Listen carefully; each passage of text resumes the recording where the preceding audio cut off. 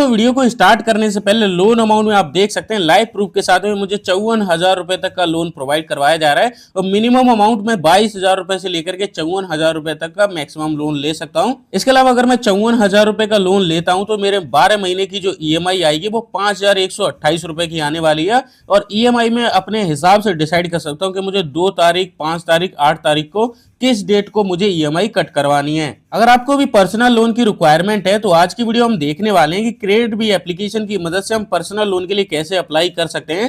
Credit B application आपको 10,000 रुपए से लेकर के 10 लाख रुपए तक का इंस्टेंट पर्सनल लोन प्रोवाइड करता है। तो आज की वीडियो हम देखने वाले हैं कि क्रेडिट बी एप्लीकेशन से हम कैसे पर्सनल लोन के लिए अप्लाई कर सकते हैं। सबसे पहले आपको वीडियो के डिस्क्रिप्शन में क्रेडिट बी एप्लीकेशन का लिंक मिल जाएगा। आपको easy personal loan CreditBee application को प्ले स्टोर से डाउनलोड कर लेना है, इंस्टॉल पर क्लिक करके इसके बाद आप इसे ओपन करेंगे। ओपन करने के बाद में आपको यहाँ लैंग्वेज सेलेक्ट करने के लिए बोला जाएगा, तो आप इंग्लिश और हिंदी में से दोनों में से किसी भी लैंग्वेज के साथ जा सकते हैं। हम इंग्लिश के साथ जाएंगे तो इस पर क्लिक करेंगे और कंटिन्यू पर क्लिक करेंगे। अब आपके सामने वेलकम टू क्रेडिट बी का ऑप्शन मिल जाएगा। यहाँ पर आपको बताया जाएगा कि आपको 10 लाख रुपए तक का लोन प्रोवाइड करवाया जाता है। अब लोन में भी आपको कई सारे ऑप्शन मिल जाते हैं, जैसे कि आप पर्सनल लोन अप्लाई कर सकते हैं, बिजनेस लोन अप्लाई कर सकते हैं, 2 व्हीलर लोन अप्लाई कर सकते हैं और अगर आपके पास प्रॉपर्टी है तो प्रॉपर्टी के अगेंस्ट भी आप लोन अप्लाई कर सकते हैं। अब देखो हम इस वीडियो में पर्सनल लोन अप्लाई करने वाले हैं, तो नीचे आपको log in sign in with mobile पर क्लिक करना है। अब आपसे आपका मोबाइल नंबर पूछा जाएगा, तो आपको अपना मोबाइल नंबर यहाँ पर डालना है और कंटिन्यू पर क्लिक करना है।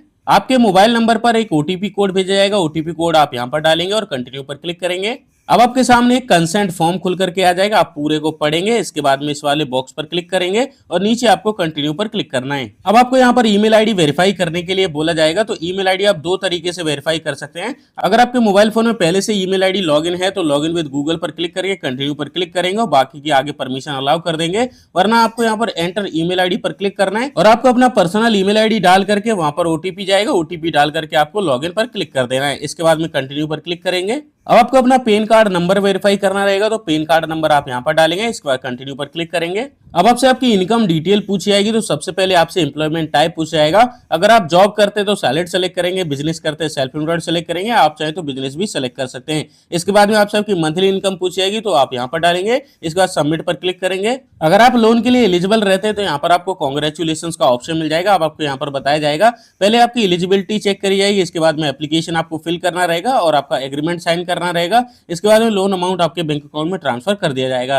तो नीचे आपको कंटिन्यू एप्लीकेशन पर क्लिक करना है। अब आपको यहाँ पर बताना रहेगा कि सबसे पहले आपको अपना केवाईसी वगैरह कंप्लीट करना रहेगा, इसके बाद जनरल इन्फॉर्मेशन फिल करनी है, इसके बाद में आपको एक रेफरेंस नंबर देना होगा। तो सबसे पहले हम केवाईसी डिटेल पर यहाँ पर क्लिक करेंगे। अब आपका जो सी केवाईसी नंबर है वो आपको यहाँ पर शो कर दिया जाएगा। अगर आपके पास सी केवाईसी नंबर नहीं है तो नीचे आपको सेलेक्ट अदर केवाईसी मेथड पर क्लिक करना है। अब आपको यहाँ पर बोला जाएगा how to upload other e KYC, आपको ई केवाईसी कैसे करना है उसके बारे में बताया गया है। तो सबसे पहले आपको इस वाले बॉक्स पर क्लिक करना है, इसके बाद नीचे कंटिन्यू पर क्लिक करेंगे। अब आपको अपना आधार कार्ड नंबर यहाँ पर सेलेक्ट करना है, इसके बाद आप अपना आधार कार्ड नंबर यहाँ पर डालेंगे, इस वाले बॉक्स पर क्लिक करेंगे और सबमिट पर क्लिक करेंगे। आपके आधार कार्ड से लिंक मोबाइल नंबर पर ओटीपी जाएगा, ओटीपी कोड आप यहाँ पर डालेंगे और कंटिन्यू पर क्लिक करेंगे। कंटिन्यू पर क्लिक करते के साथ ही आपको सक्सेस का ऑप्शन मिल जाएगा। हमारा जो आधार कार्ड है वो सक्सेसफुली वेरीफाई हो चुका है। आधार कार्ड पर जो हमारा एड्रेस था वो भी अपलोड हो चुका है। अब आपको अपनी एक फोटो क्लिक करके अपलोड करनी रहेगी, तो नीचे आपको कंटिन्यू टू अपलोड सेल्फी पर क्लिक करना है। यहाँ पर आपको अपना फेस आईडी वेरिफिकेशन करना रहेगा, जिसमें कि आपको बताया जाता है कि आपके फेस पर लाइटिंग बिल्कुल अच्छी होनी चाहिए। इसके अलावा आपका जो फ्रंट कैमरा है वो आपको होल्ड करके रखना रहेगा। इसके अलावा आपको अपना एक क्लियर बैकग्राउंड पर फोटो क्लिक करना रहेगा। जब भी आप फोटो क्लिक करेंगे तो आप कोई भी चश्मा वगैरह ना पहने, मास्क वगैरह ना पहने और टोपी वगैरह ना पहने। नीचे आपको प्रोसीड टू टेक सेल्फी पर क्लिक करना है। आपके सामने एक कैमरा ओपन होकर के आ जाएगा, यहाँ पर आपको फोटो क्लिक करने का ऑप्शन मिल जाएगा, इस पर क्लिक करके फोटो क्लिक कर लेंगे। अब आपसे यहाँ पर जनरल इन्फॉर्मेशन पूछाएंगे, तो सबसे पहले आपसे आपका मैरिटल स्टेटस पूछाएगा। अगर आपकी शादी नहीं हुई है तो सिंगल सेलेक्ट करेंगे, हो गई है तो मैरिड सेलेक्ट करेंगे। इसके बाद में एजुकेशन के बारे में पूछा जाएगा। यहाँ पर आपको मल्टीपल ऑप्शन देखने के लिए मिल जाएंगे। अगर आपने 10वीं करी है तो वो सेलेक्ट करेंगे, 12वीं करी है वो सेलेक्ट करेंगे, डिप्लोमा किया है वो आप सेलेक्ट कर सकते हैं। इसके अलावा मास्टर किया है, बैचलर डिग्री करी है, आप अपने हिसाब से सेलेक्ट करेंगे। इसके बाद में आपसे आपका प्रोफेशन ऑक्यूपेशन पूछा जाएगा, यानी कि आप क्या काम करते हैं। अगर आप प्राइवेट एम्प्लॉय हैं वो सेलेक्ट कर सकते हैं, एक्टर सिंगर हैं वो सेलेक्ट कर सकते हैं, आर्किटेक्ट हैं वो सेलेक्ट कर सकते हैं, ऑटो ड्राइवर या फिर ड्राइवर हैं वो सेलेक्ट कर सकते हैं, बैंक एम्प्लॉय हैं वो सेलेक्ट कर सकते हैं। यहाँ पर आपको कई सारे ऑप्शन मिल जाएंगे, अपने हिसाब से आप सेलेक्ट कर लेंगे। इसके बाद में आपको यहाँ पर अपना एड्रेस सेलेक्ट करने के लिए बोला जाएगा, तो यहाँ पर आप व्यू वाले ऑप्शन पर क्लिक करेंगे तो जो आपके आधार कार्ड पर एड्रेस रहेगा वो आपको देखने के लिए मिल जाएगा। अगर आप अपने आधार कार्ड वाले एड्रेस पर ही रहते हैं तो आपको इस वाले बॉक्स पर टिक रहने देना है। अगर आप अपने आधार कार्ड वाले एड्रेस पर नहीं रहते तो इसे अनटिक करके आप अपना नया एड्रेस डाल सकते हैं।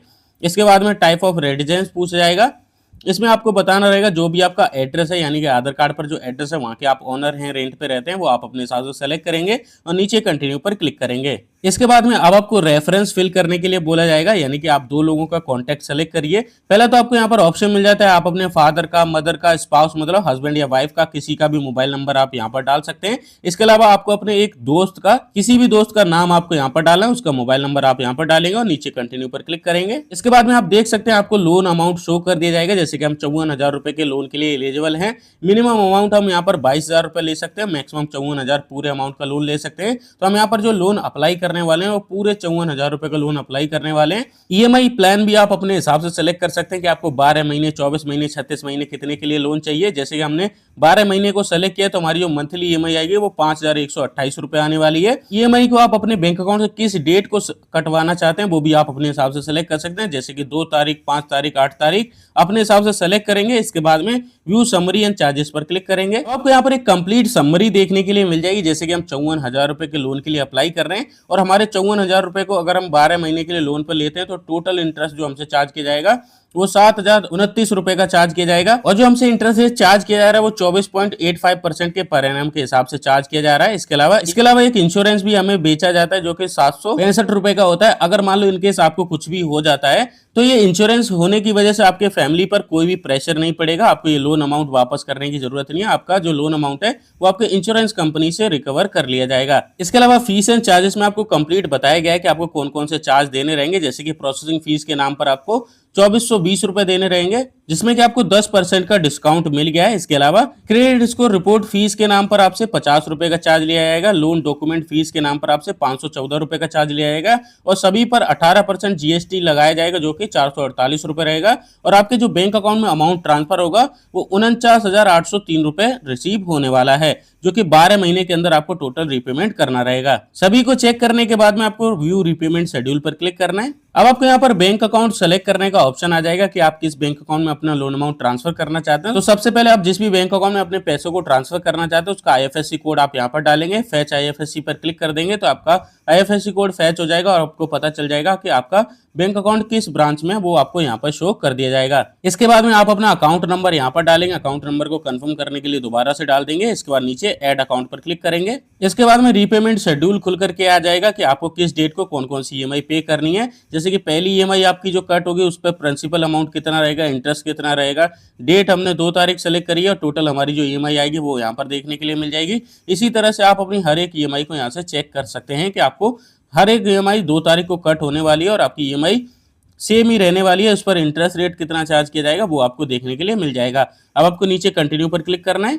अब आपके सामने एक लोन एग्रीमेंट खुल करके आ जाएगा, आपको पूरे को पढ़ना है। इस वाले बॉक्स पर क्लिक करके continue to sign in loan document पर क्लिक करना है। इसके बाद में आपके मोबाइल नंबर पर एक ओटीपी कोड भेजा जाएगा, ओटीपी डालकर आप जैसे ही कंटिन्यू पर क्लिक कर देंगे तो जो आपका लोन एप्लीकेशन है वो सक्सेसफुली सबमिट हो जाएगा। इसके बाद में 1 से 2 घंटे के अंदर या फिर 24 घंटे ज्यादा से ज्यादा लगते हैं और आपका जो लोन अमाउंट है वो आपके बैंक अकाउंट में सक्सेसफुली ट्रांसफर कर दिया जाएगा। लोन मिलने के बाद में आपको ई मैंडेट कंप्लीट करना रहेगा, यानी कि आप कौन से बैंक अकाउंट से अपना जो ईएमआई है वो कट करवाना चाहते हैं वो आप बाद में कर सकते हैं। आई होप आप समझ गए होंगे कि आपको क्रेडिट बी एप्लीकेशन से कैसे पर्सनल लोन के लिए अप्लाई करना है। मिलते हैं एक और नई वीडियो में नए टॉपिक के साथ। आज के लिए धन्यवाद।